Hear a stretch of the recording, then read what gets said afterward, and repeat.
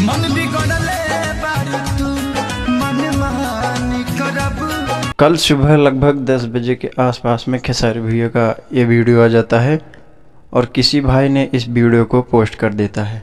दरअसल ये वीडियो जो है एकाएक वायरल होने लगता है और यह सीन देख सकते हैं आप, जो कि खेसारी भैया बहुत गंभीर तरह से लेटे हुए हैं इस खाट पर। तो ये अग्नि परीक्षा की जो है शूटिंग चल रही है, उसी शूटिंग का ये सीरियल है और कुछ खास तौर पर ये हम बता सकते हैं कि ये रियल नहीं है, क्योंकि ये अग्नि परीक्षा की ही शूटिंग में ये रोल निभा रहे हैं खेसारी भैया। खेसारी भैया को कुछ हो ही नहीं सकता यार, क्योंकि हमारे देशवासियों और यूपी वाले इनके साथ हैं और इनके पास हम लोगों के जैसे आशीर्वाद भी है। तो ये सब सही बात नहीं है, खेसारी भैया एकदम ठीक हैं। तो चलिए हम नेक्स्ट वीडियो में आते हैं, तब तक के लिए bye bye, tata, see you.